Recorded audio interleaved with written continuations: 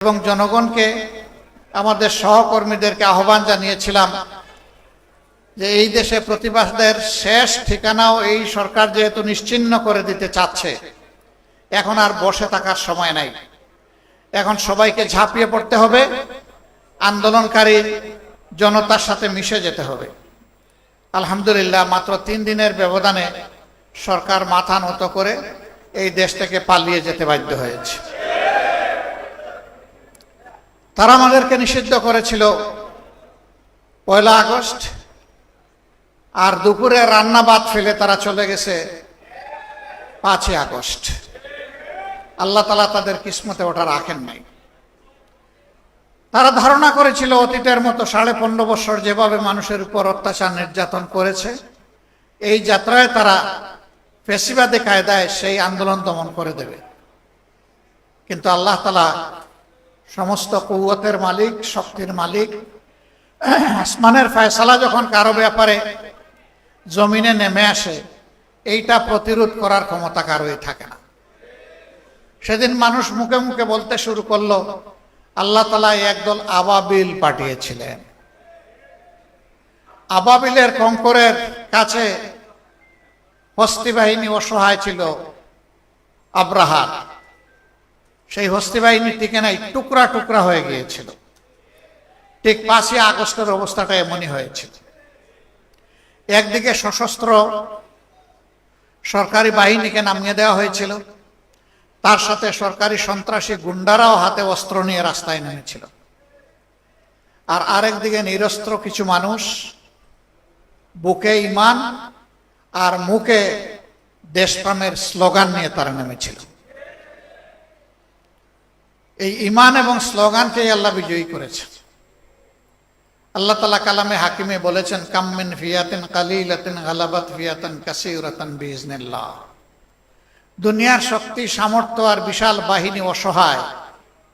যখন আল্লাহর ফয়সালা হয়ে যায়, তখন ক্ষুদ্র বাহিনীকেও আল্লাহ বিশাল বাহিনীর উপর বিজয় দিয়ে দেন। এটি দুনিয়ায় একবার হয় নাই, বারবার হয়েছে। কিন্তু দুর্ভাগ্য, যারা দুরাচার, যারা স্বৈরাচার, এর থেকে তারা শিক্ষা নেয় না। এটা তাদের কপালে জুটে না। এই আন্দোলনে সবচেয়ে বেশি কুরবানি দিয়েছে শ্রমিক সমাজ। যে 1400 শহীদ হয়েছে বলে জাতিসংঘ বলেছে, তার মধ্যে যদি পেশা বিবেচনা হিসাব করা যায়, শ্রমিকদের সংখ্যা সবচেয়ে বেশি। তারপরে হচ্ছে ছাত্রদের সংখ্যা, এরপরে সাধারণ জনগণের সংখ্যা। সুতরাং যুগে যুগে শ্রমিকরা অন্যায় অসত্যের বিরুদ্ধে রক্ত দিয়েছে, জীবন দিয়েছে। 24-এও তারা একই কাজ করেছে। এই শ্রমিকরা, তারা তো কোটার জন্য আন্দোলন করে নাই, তারা করেছিল বৈষম্যের বিরুদ্ধে আন্দোলন। তারা চেয়েছিল সম্মানজনকভাবে দুমুঠো ভাতকে সম্মানের সাথে পরিবার পরিজন নিয়ে বেঁচে থাকার গ্যারান্টি। কিন্তু এখন আমরা কি দেখছি?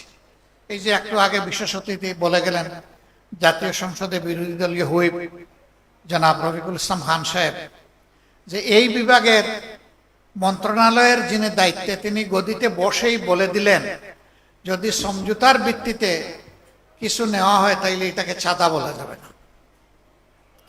ওনার এলাকায় চাঁদা বন্ধ হয়েছে। আমি জানি না একেবারে তৃণমূলের সব কিছুতে চাঁদা বন্ধ হয়েছে কিনা। চাঁদা বন্ধ করবে না বলে ইতিমধ্যে তারা ঘোষণা দিয়েছে।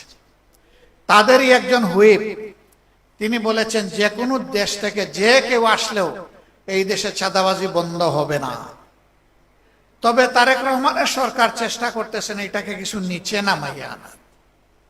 মানে এইটার মাধ্যমেও দ্বিতীয় দফা চাঁদাবাজিকে জাতীয় সনদ বা স্বীকৃতি দেওয়া হলো।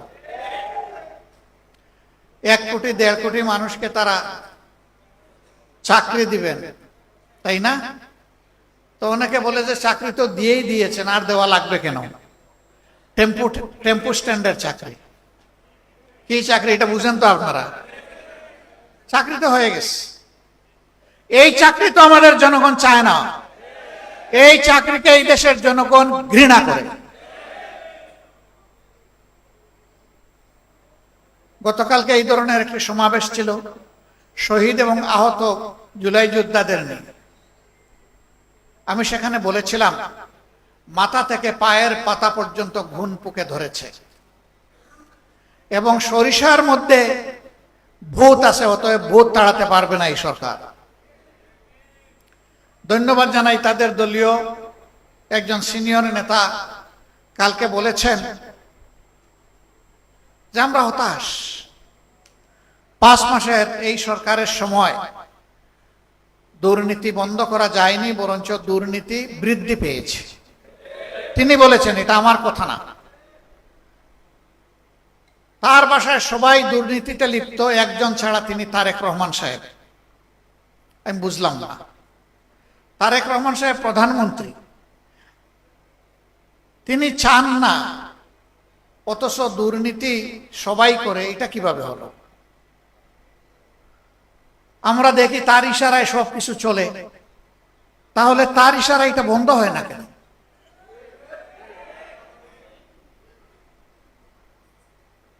আল্লাহ ভালো জানেন, মাথা থেকে পায়ের পাতা পর্যন্ত একই, সবকিছু একই কিনা আল্লাহ ভালো জানেন। আমরা দেখতে পাচ্ছি একই। ব্যর্থতার দায় যখন স্বীকার করলেন, তখন কি এই সরকারের আর ক্ষমতায় থাকার কোনো নৈতিকতা থাকে? নৈতিক দিক থেকে সরকার তার অধিকার হারিয়েছে দেশকে পরিচালনা করা। তিনি তো প্রেসের সামনে খোলামেলা বলেছেন, তো এটা তো গোপন কোনো কথা না। এটি হচ্ছে এই সরকারের আমলের বাস্তব চিত্র। ফেডারেশনের 12 দফা দাবি আমি দেখলাম এক এক করে, এবং এইখানে তার কিছু ফেস্টুনও টানানো আছে।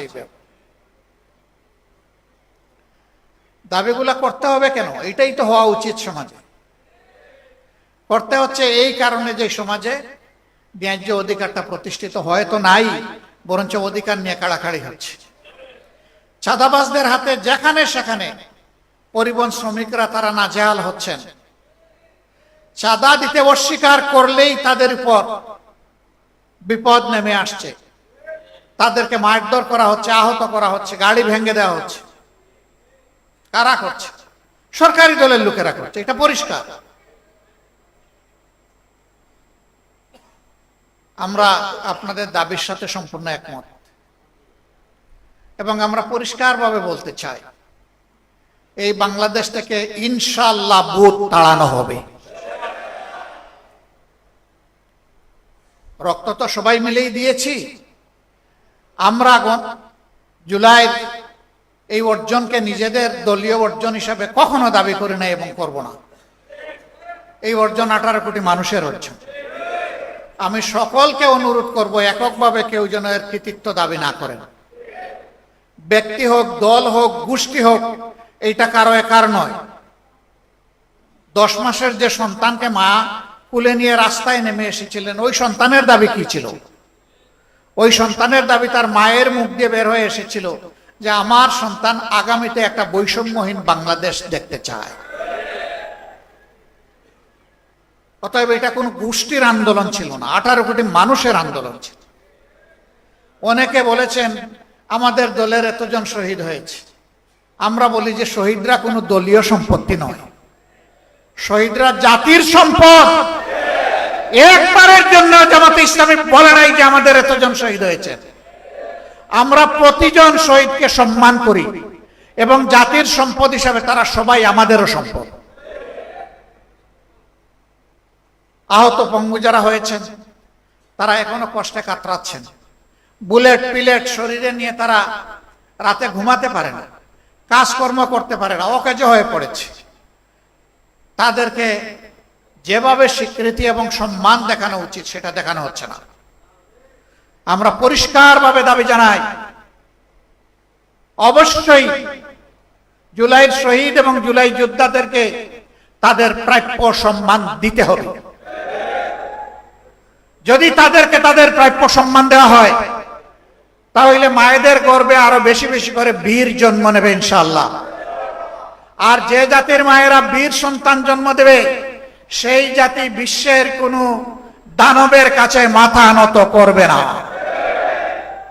আমরা কোনো আধিপত্যবাদের কাছে মাথা নত করব না। অনেকে আমাদেরকে পার্টি নন গ্রাটা, মানে তাদের দেশে এই পার্টিকে তারা বরণ করবে না বলে ঘোষণা দিয়েছে। আমরা এগুলা কেয়ার করি না। আল্লাহ তাআলা বাংলাদেশে জন্ম দিয়েছেন, এই বাংলাদেশের লাভ ক্ষতি হচ্ছে আমাদের লাভ ক্ষতি। এই বাংলাদেশ নিয়েই বাঁচতে চাই, এই বাংলাদেশের জনগণের জন্য লড়াই করতে চাই, এই বাংলাদেশের জনগণের হাতে হাতে তাদের অধিকার তুলে দিতে চাই। এর আগ পর্যন্ত আমরা থামবো না ইনশাআল্লাহ। সম্মানিত ভাইয়েরা, আপনারা সব জায়গায় রুখে দাঁড়ান। আপনি রুখে দাঁড়াইলেই আপনি বাংলাদেশ, আপনি মাথা নত করলেই একদম সর্বনাশ। এই হারা যাবে না, জিততে হবে ইনশাআল্লাহ। অশুভ শক্তির বিরুদ্ধে বুক টান করে লড়েই জিতবো ইনশাআল্লাহ। এবং এদেশের মানুষের অধিকার আমরা ছিনিয়ে আনবো। দানাই পানাই করা হচ্ছে গণভোটের রায় নিয়ে। আমাদের স্পষ্ট কথা, এই রায় মানতে হবে। 70% জনগণ রায় দিয়েছে। যদি গণতন্ত্রে বিশ্বাস করেন এবং নিজেদেরকে গণতন্ত্রের দল এবং সরকার মনে করেন, তাহলে 70% মানুষের রায় অবশ্যই মানতে হবে। এই রায় অস্বীকার করার মানে হচ্ছে জনগণকে অপমান করা। জনগণের অপমান আমরা বরদাস্ত করব না। আমরা কথা দিয়েছি লড়ে যাব ইনশাআল্লাহ। আমরা কথা দিয়েছি বিজয়ী হব আল্লাহর সাহায্যে বিইজনিল্লাহ। আল্লাহ সবসময় ন্যায় এবং হকের পক্ষে থাকেন, মজলুমের পক্ষে থাকেন। আমরা আগেও মজলুম ছিলাম, এখনো মজলুম, আপনারা বুঝতে পারছেন। আমাদের বিরুদ্ধে হাজার ষড়যন্ত্র হচ্ছে। মহান আল্লাহ আমাদের জন্য যথেষ্ট। হাসবুনাল্লাহু নি'মাল ওয়াকিল, নি'মাল মাওলা ওয়া নি'মান নাসির। আমরা আল্লাহর পর চূড়ান্ত ভরসা রাখি, আল্লাহর সাহায্য চাই এবং আল্লাহর জন্য মরতেও চাই, জীবন দিতে চাই। আল্লাহর হুকুমে এই মানবতার জন্য আমরা জীবন দিতে চাই। এই জীবন দেওয়াকে গৌরবের মনে করব যদি মানুষের অধিকারের জন্য লড়াই করে আল্লাহ তাআলা আমাদেরকে কবুল করে। সম্মানিত ভাইয়েরা, আপনারা আজকে চলে যাবেন, কিন্তু একটা শপথ নিয়ে যান যে জীবনে নিজে কোনো অন্যায় করবেন না, আর কোনো অন্যায়কে প্রশ্রয় দেবেন না। যদি এই শপথ নিতে পারেন, তাহলে আল্লাহর ওই কালাম, এই কালামের কেরামতি দেখবেন ইনশাআল্লাহ। কাম মিন ফিয়াতিন কালিলাতিন গালাবাত ফিয়াতান কাসীরাতান বিইজনিল্লাহ। এখন যারা দেশ শাসন করছেন,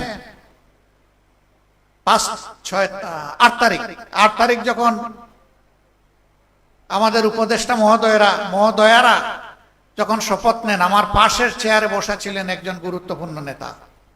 তিনি আমাকে জিজ্ঞেস করতেছেন, এটা কি দেখলাম? আমি বললাম, আপনিই বলেন।